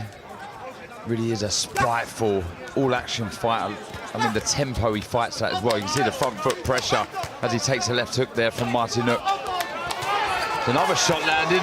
This is good work from Martyniuk. He seems to have caught Chev cold in this opening round. The leg's just gone a little bit for Siobhan Clarke, and Martyniuk senses it. He dipped and rolled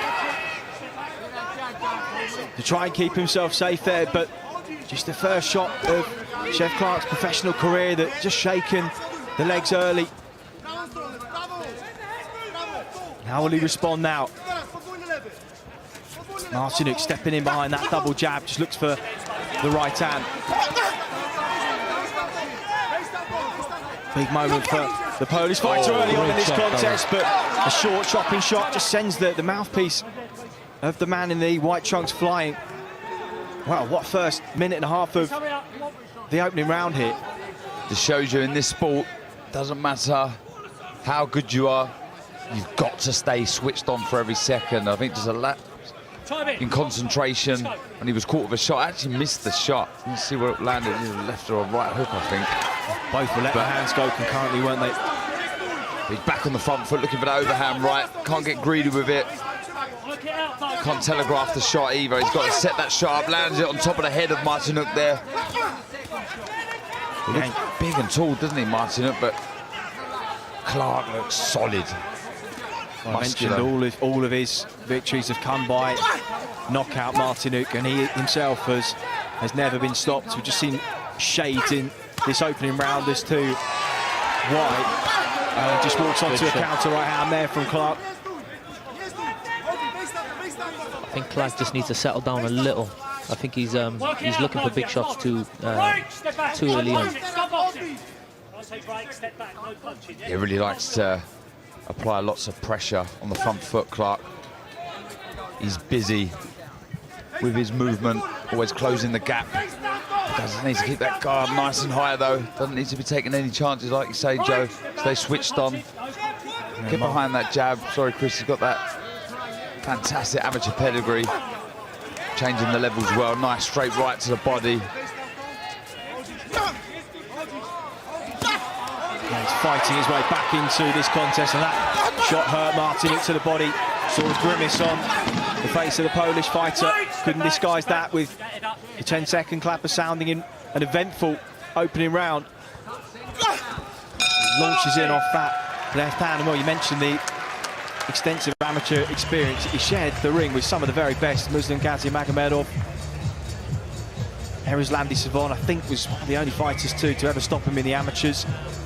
Gennady Tishenko as well, and he was, of course, two-time ABA champion. Beat Chris Billum-Smith a number of years ago now and dealt with him in good fashion too. It was a really competitive scrap, but well, he was buzzed in the opening portion of that contest, no doubt. There was a clash of heads there. I'm not sure if that is what caused Shev to stumble. I'm not sure if it's already happened. Look, there's a clash of heads here, just there. I'm not sure if that's what. Oh yeah, he dabs at the eye there. Good spot. And I'm not sure if that was what caused the trouble, but Martyniuk definitely said that he had the very good prospect, Clarke, hurt, but Clarke got back to work. Nice right to the body there. Was one round the side that really seemed to trouble Martyniuk.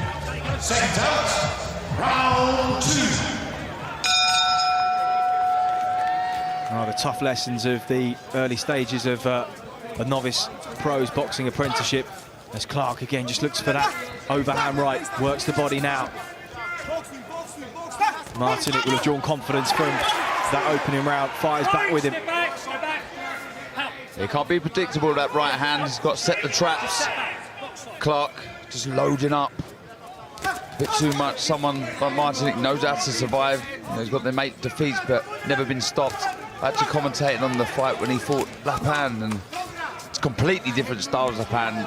Very Usyk-like, elusive and moves. But Martyniuk was never really in trouble, knew how to survive. But this is a different kettle of fish. Clarke, he is spiteful, like I say, really does close the gap well on that front foot. He's aggressive. Martyniuk just had to hold on briefly there. It was a left hook, but a right hand just chops down the middle. Did Martyniuk feel that? Was he off balance there? I think that body shot got through. Right hand appeared to just drop him onto his knees. We'll have to get a look at that if we can in between rounds in the action replay. But Clarke just going back to the body with the right hand, doubles it up. Does he feel that he's got his opponent hurt downstairs? Needs to throw the uppercut, Clarke. See Martyniuk, the way he survives and keeps us out of trouble as he dips that head really, really low. You see it there. So he's wide open for an uppercut. There you go, just misses Clarke with the shot. That's certainly the shot against Martyniuk, the uppercut. Very crafty, changes the level, bends over the front foot, Martyniuk, to avoid the big chopping overhand rights, but leaves himself, like I say, open for the uppercut. Going back to what you said before the show, Darren, about the feints. I think the feints will work perfect in this fight because it'll show what he's that Martyniuk is going to do then. So he can slot the shots on. Again, just Clarke in the fray, letting his hands go, but just standing up a little bit upright, just hates some return fire. And Martyniuk will sense that when an own fighter is letting his hands go, that is, of course, when he's going to be the most vulnerable, but also when he could turn the tide on Clarke, as he looked to briefly in the first round. But he is hurt here, and just a sense that Clarke himself is turning the tide and starting to really take hold of this contest. He's doing the right thing though, Martyniuk. He's frustrating Clarke by holding, trying to wear Clarke down, who's trying to push him off and trying to get the shots off, and that does drain your energy. So Martyniuk's doing the right survival tactics here. Clarke bobbing and weaving into range, just misses with a 1-2 with a few seconds ticking down on the clock in round number 2. As he heads back to his corner from Churchill's Boxing Club in London. Let's listen in to his coach, Sam Mullins. Get on that jab, then you go downstairs. You haven't got a headhunt at all, yeah? Don't make it hard for yourself. Work off that jab. Do you want a bucket? Work off that jab, then we go downstairs. When we're sitting in front of him, Chef, you see up. Play, then down, yeah? And then you come out of head movement. Don't make him move, don't headhunt. You don't need a headhunt with this guy.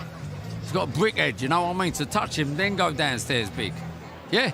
The body's going to do him. You're right into the body, but don't look for the head. Play, then go downstairs. Don't forget your jab. Cheers, Beza. Yeah, go into what he's saying there. It's a combination that we know very well, Darren, the Tony Zale. Yeah. Drop down, back onto the body, and then come up with a left hook. I think that would work perfect in this one. Have you got a brick head, Joe? Well, no, I don't think I have. But I don't know. What do you mean by that? Is it hard? Mine's hard. I know you want to say it. US office fans will know exactly what we're talking about there, and I'll let you make your own jokes as Jeb Clarke just fires her lead uppercut in. That's hurt. Pavel Martyniuk just backs up onto the ropes, and the legs are not what they were. And there's a long time in the round now. Jeb Clarke lasering in. He's found another left, and the Polish fighter has just sunk to a knee, looks to his corner, complains that he's been hit round the back of the head, but it looked to be a lead left uppercut that started all of that off. How hurt is he? He's got a long time to survive in the round, if he is, and Jeb Clarke now will step on him, digging away to the body. And he find the meaningful shot, as he did in his debut. Oh, a little shimmy into range there from Clarke, just trying to create a little angle to land the right hand. Martyniuk trying to spoil and smother and hold, but he is buckled again. 3, 4, 5, 6, 7, 8. Body language isn't good, Darren. And he protests at the last minute, but everything to that point said he'd had enough, and it is 2-0 with 2 inside the distance for London Chevron Clarke. Yeah, it was all one-way traffic, and that's a good win. That's a good stoppage. First time he's been stopped. Lapan was a very good fighter, couldn't get Martyniuk out of there, and he was troubled in the first round slightly by that clash of heads, and there was a little shot or two that reined in, but he regrouped, he got to work, he listened to his corner, he was working the body really well with the 2 shots, going back upstairs, not getting too greedy, but he just naturally, Joe, he's very exciting, isn't he? He likes to fight down his gumshoe, likes to get stuck in, and he's going to be in some good fights. Yeah, well, as we've seen from the first round, he came out swinging. I think he wanted to get him out of there in the first round, but as we've seen, he got caught with a couple. So, yeah, he's acceptable for a couple of shots, but he can take them, as we've seen, and he can give them.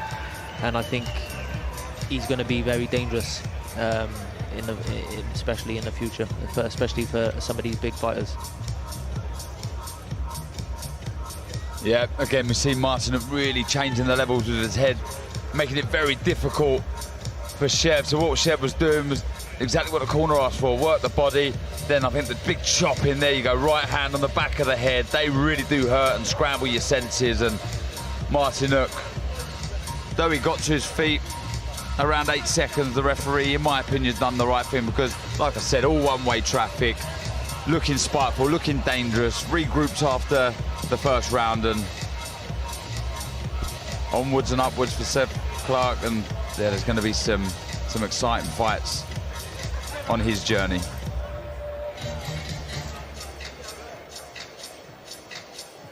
Well, Martyniuk bravely got to his feet on a couple of occasions, but all the body language wasn't positive. The ref right to wave him off, and Chevron Clarke will move on to 2-0. Let's head over to David Diamante for the formalities. Ladies and gentlemen, referee Lee Emery calls a halt to this contest. The official time of the stoppage, 1 minute and 10 seconds of round number 3. The winner by TKO, he's still undefeated, C4, Big Chef Clarke. Yep, good win, in my opinion, for a second fight. In there with a guy that's never been stopped, been in with some good company. It was a slight mini scare in that first round when the legs seemed to buckle ever so slightly. Did look like a clash of heads, but there's a box ticked. He's experienced something new as a pro, but he got the job done. He listened to his corner. I looked at him there as the decision was getting read out, and he sort of was a little sigh. I don't think he's too happy, but he's a perfectionist. When you've campaigned at the level he has in the amateurs, you expect more from yourself all the time, but that's a good sign, because you can never be complacent in this game. You've got to keep learning. You can never be happy with yourself.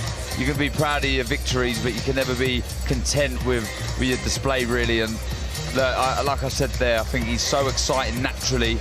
They've got to try and rein that in ever so slightly. There's a rawness there, but that makes him so exciting, Chris. Yeah, Joe, just a moment in that opening round where I wasn't sure whether it was the heads that came together or a shot that landed in the melee, but just a reminder of him how dangerous the professional game can be. Yeah, of course. You only need just even an elbow, a little nick on the head by a headbutt, or even a shot. It can scramble your senses, especially in the first round. You're getting caught cold. and it looked like he got caught there with a head clash. But he'll learn from that, and like you said, Darren, he's a perfectionist, and he'll come out of there and he'll go back in the change rooms and he'll be absolutely fuming with himself, and he'll probably get onto Eddie to try and get on my bill in 2 weeks, just trying to put his wrongs right. One thing he isn't missing though, Darren, is the gears, and it's one thing that sometimes we can be critical of young prospects that need to be able to step up through third, fourth and fifth. He's got those in abundance. You would rather channel that and try and strip that back a little bit. It's frustrating for me when fighters can't find them levels, can't find that pace, but you'd rather a fighter that's got it there and you've just got to rein it in a little bit. But he's just naturally an aggressive fighter, naturally so powerful, and that's his way of fighting. That's why I believe as he goes through the ranks and really gets in there with quality opposition, which, let's get it right for what he said, like we've said before at the media workout, he would do 10 rounds now. So I don't think it's going to be long before he does go through the levels, and we're going to see some really, really entertaining fights with Chef Clarke. I do believe he can go a long way in this game. Well, we shall see over the next 18 months or so how he progresses. Lots of action coming up on Dazn, on the hour, around about 40 minutes time. And of course, if you haven't downloaded the app, it could not be simpler. Take a look at this.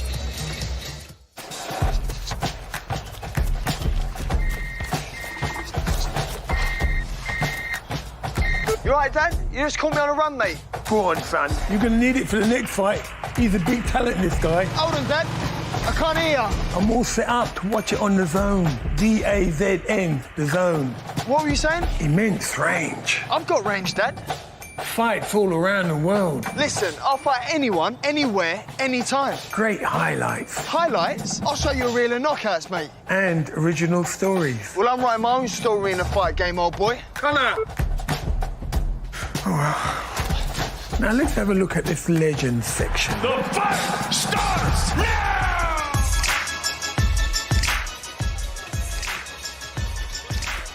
Well, if Nigel Benn can download the app, you can too. We go live in 40 minutes' time. Robbie Davies Jr. will open the action here in London against Javier Molina. WBA ranking place is at stake. Ellie Scottney in against former bantamweight world champion Cecilia Roman, who lost her belt after holding them for 5 years in the weight division below where she'll fight tonight against Ebony Bridges. Big opportunity this for Scottney to move one step closer to a world title, and for Alan Babbage, the inaugural Bridgerweight world title now held by Oscar Rivas, could be in the crosshairs for him. He's got to get past Adam Bulski in his first Bridgerweight contest tonight. Chantel Cameron defending her unified world super lightweight titles against former world champion Victoria Bustos, ahead of what she hopes will be a unification for undisputed at 140 later on this year. And if you need reminding, that is the main event. Bragging rights in South London. Joshua Buatsi and Craig Richards, old rivals in the amateurs. World light heavyweight title eliminator. The winner will take one step closer towards that. This could be an absolute cracker. Do not miss it. Well, Joe talked about how far you go back with Joshua Buatsi in the amateurs. Let's talk about him as a professional. Had a couple of tough tests. Marko Kalic, in particular, a couple of years ago, asked some questions of him. He got the thumb in the eye, had to work through a patch where he couldn't see for 3 or 4 rounds, got the knockout. Richard Bolotniks was in brilliant form in the golden contract, went through Stephen Ward, Jose Burton, Serge Michel, but Buatsi dealt with him well. Had to work through a difficult patch in that fight as well. We found a lot about Buatsi in these last couple of contests, but there is a sense among the public and the media that we could find even more about him tonight. Yeah, of course. Obviously, as you know, you've known Buatsi a long time. You've probably the same amount of time as I've known him. He tends to grind people down and get to him. And as we've seen against Bolotniks, he dealt with him no problem. Don't get me wrong, Bolotniks was firing back. But I just think Buatsi was only a matter of time before Buatsi got on to him, and that's what he did. But yeah, a lot of people will criticise his performances. As there's many people out there will criticise everyone's performance, but with Buatsi, because he's Olympic bronze medalist, he's sort of a golden boy, and come in, he was sort of held to a higher standard, isn't he, in many ways? So that's how I'm trying to say. We're looking at him as he's the next superstar. So everyone's going to be critical, but he's still learning. even though they're fighting for an eliminator to fight for against Bivol, they're still learning. And same with Spider. Spider's still learning. But I think Buatsi he's improved every fight, and he's shown a little bit more. He's had a few problems with injuries, so he's been out for a while. But Baltaru, I think it was only a matter of time before he got him out of there. Do you see this as a 50-50 fight? And not necessarily asking you for a prediction, but how do you see this playing out? And this is a genuine from me. I genuinely think it's a 50-50 fight. Yep. You've got Spider who's come off a defeat with a couple of fights ago against Bivol. Yeah. If that don't give you confidence, then I don't know what can. Like we were training down Leon C, and some guy stopped us. Spider, you're the man. This. So I said to Spider, I said that's got to give you confidence and give you a spur to get up these steps, because he had a couple more to go. But it's hard. Leon C steps are graft, yeah. and he's a big boy. So I said get up him. Anyway, but people. I'm sorry, I'm going on there. I forgot what I. This is turning into the Joe Cordina podcast, ladies and gentlemen. Well, yeah, we're overrunning into the broadcast by this point. No, Joe, I'm interested. Keep carry on. Yeah. So what was the point? Am I the punch you? The point was you know what a live opponent is for Craig Richards, and Darren, I'll just come to you because it doesn't seem like all that long ago. That was 5 or 6 years that he first stepped up to light heavyweight against Frank Buglioni on 5 days' notice. Gave a brilliant account of himself over 12 rounds in defeat. And of course the same applied to Dimitri Bivol. In defeat, his stock has risen once again. He has grown into light heavyweight and looked much more dangerous than he ever has. Yeah, I guess that leads nicely onto what I was going to say. They were 2 defeats that, you know, he played his part in those defeats. But and you're right, his stock did rise in those defeats, but now he wants to be remembered for winning a meaningful fight. This is what better opportunity. There's so much on the line here, bragging rights, a local rival. He might have to walk past Buatsi in the street knowing he's just been beaten. You don't want that. You know, people, they know the same sort of people. You don't want to lose to a local rival. And look, the winner goes on to something really big here. So for me, putting all of that in the hat, stirring the pot, I think we're just going to have a cracking fight. I agree, it's a 50-50 fight in my opinion. I can see pros and cons for both. I can see ways of victory for both. I can see every kind of outcome in this fight. We're in for a cracker, Chris. We certainly are. Well said, gentlemen. Light heavyweight world title eliminator, bragging rights in the city. Joshua Buatsi and Craig Richards will do battle on our main event here on Dazn. Let's hear from both fighters. You got to prepare for every case scenario in that ring if you don't know how they're coming out. Remember, you're preparing a plan for someone, but they're preparing a plan for you too. When I'm on the track, the heavy bag, I always think in my head, the O2 Arena, it's been playing on my head and my mind for so many weeks. Finally, the icing on the cake, beat Joshua Buatsi, and I feel like people have to give me the credit after that.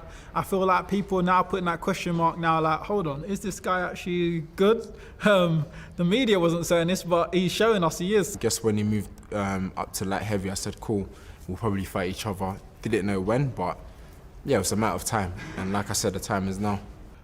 I believe in myself, I believe in my skills, and I believe I'm the best. And I believe he doesn't like that. He likes everyone to believe that he's that guy, and I feel he feels very challenged. It's not to say I'm media trained or I don't say what I want to say. You know, I have a very nonchalant approach to so many things, but the very little that I do care about, I care about it a lot. I feel like, you know, in the jungle when you get 2 like silverbacks, everyone wants to prove, or 2 male lions, everyone wants to prove they're the dominant one, and I feel like he feels a little bit threatened by myself and he doesn't like it. So now we're here for me to prove to him that I'm the king of the jungle. When the light is bright and hot and everyone's watching, you're going to be judged. Do you know what I mean? So I want to make sure that I give a good account of myself, and that's by winning.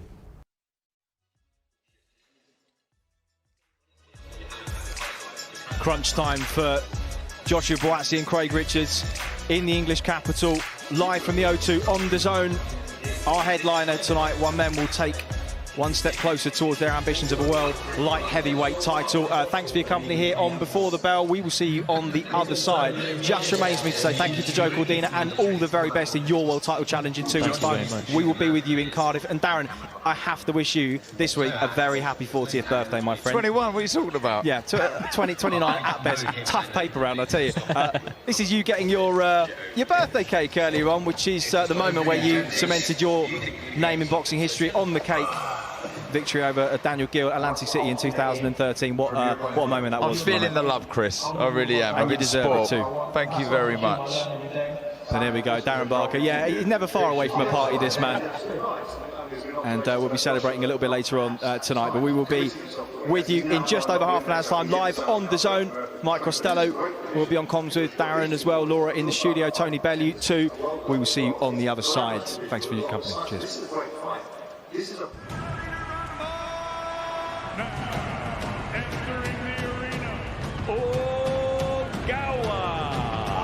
Ogawa's mean.